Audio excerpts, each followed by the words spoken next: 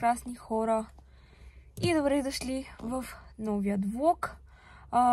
Днес реших супер спонтанно да го започна, тъй като имам много моменти от декември, които искам да покажа в един последен цялостен влог за тази година. И реших да ви взема с мен. Днес съм в Смолян. Имах доста задачки и все още имам още много задачки за вършене. Взех книжки за малкия, тъй като събираме от това платиненото издание. Не знам дали се сещате, но са много хубави. И имах 2 книжки за взимане. След това си взех застраховката за колата. Нормални неща. И сега се запътвам към Билата или Лидъла, чудя се къде още, да купя по едно цвете за госпожите в градината, тъй като в четвъртък 19 декември дядо Коледа ще идва в детската градина и аз се вълнувам повече, може би, отколкото децата. Приготвила съм по една много готина ръчно изработена кутийка от мен за всяка една от госпожите.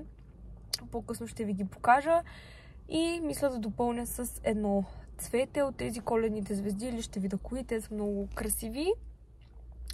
Като задачки какво ще имам? В петък на 20, след като разпусна децата, решихме да се съберем всички близки и роднини, да си направим размяна на подаръци, да си направим Коледа малко по-рано, тъй като след това и брат ми има рожден ден и не на всички ще им е удобно 25 да се съберем. Така че ще ви покажа всякакви моменти от този месец. Мисля, че ще се получи доста дълъг, но интересен влог. И така, стойте до край. Предстоят най-хубавите видеа с бебчето. Може да се абонирате за канала.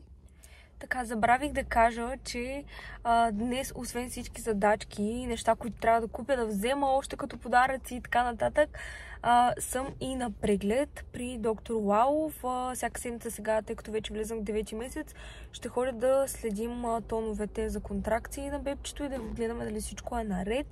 Така че и на преглед ще ходя. Ще се опитам да заснема и оттам нещо, но не гарантирам.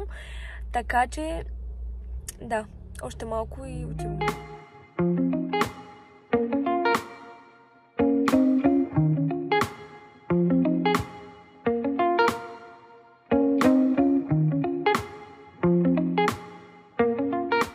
Така, взех цветята. Ето ги тук. Отварих багажерите. Това е подарък и за мъжа ми. Отзад книжки, глупости, просто да. Взех сега и една пратка. Много интересна, която искам да отворим сега да видим. Поръчах коледните бисквитки, нали казах, че не ми се получи рецептата. Сега дойдоха едни много хубави кутии и искам да отворя да ги видя. Жената беше от някаква група в бебе продавалник. Буквално, но изглеждаха много добре направени.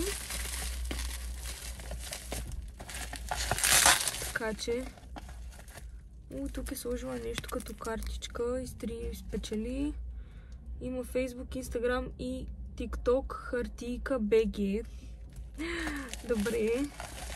Това е едната кутия, поръчах 2 различни вида. Ето така изглеждат. Много красиво изглеждат наистина. Сега ще отворя само едните да ги видим. Вижте. Бисквитка с различни десени. Ето ги.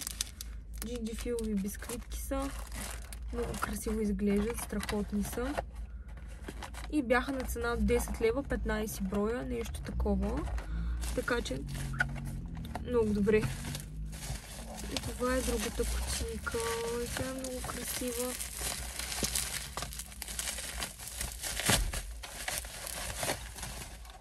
Ето така, тя пък е така вързана с панделка. Много, много яко. Тях няма да ги отварям, по-късно ще ви ги покажа. Така че сега супер. Така, казах, че ще ви покажа и подаръците за госпожите в детската градина. За двете госпожи съм взела по едно цвете, което ви показах вчера в Билата. Поръсих ги с малко буркат. Вижте колко красиво стана. Сложих ги в такава коледна кутийка.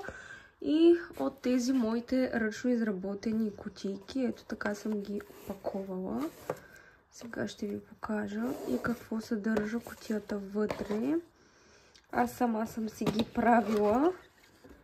Така, сложила съм им по един ваучер за грим с отстъпка.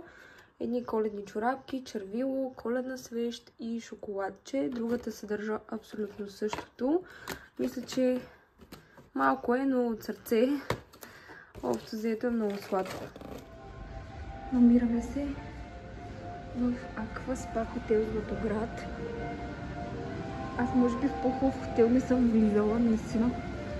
Много е красиво. Сега ще ви покажа как са декорирали вече коледно. После ще си направим някакви снимки. Много е готино. Решихме да си направим едно идване за уикенда. Я вижте. Красота.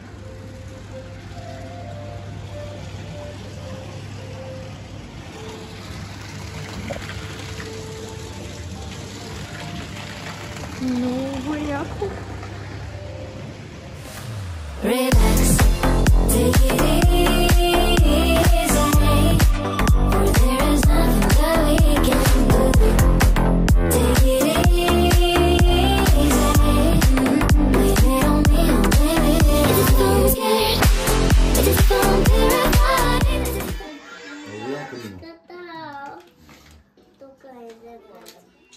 Чакай, аз ще го дам. Получих вече. Сладко. Измигал съм единия чешко. Какво е? Катико. Нула? Нула. Отваря се. Айде, бързо. Здрави. Здравей! Дора ще дам ден, бе, не знаеш място да маркираш.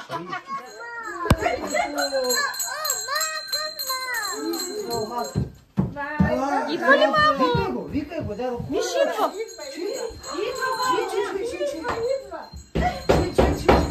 Отваряй бързо.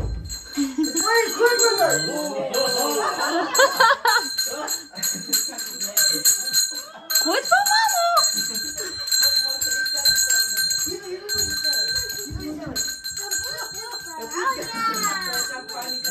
Вики, кой е това, мамо?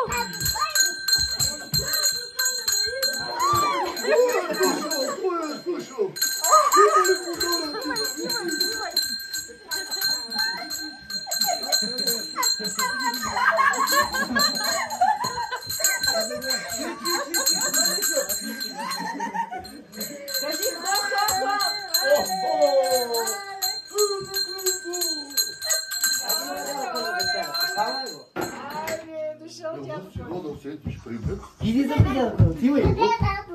Кай да седиш? Виж, какво ми носи. Ама виж, първо стихче да му кажа. Вики, първо стихче, мамо, кажи му. Стихче и песен. Айде да видим сега червените. Съвременната бутушки, пасаса на добра. Къде отиде?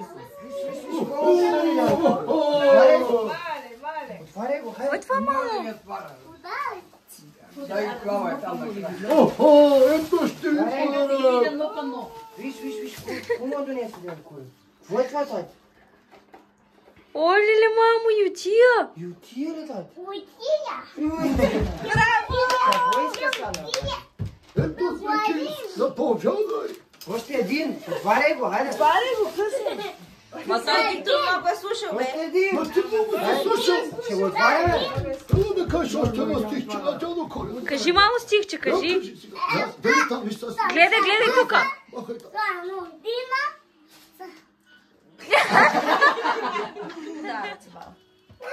Да,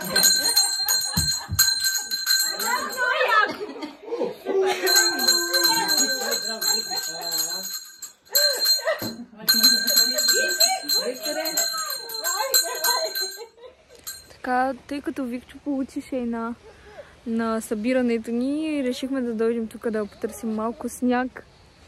И сега го парзаляме. Оттам ще се пускат. Много яко. Много студено.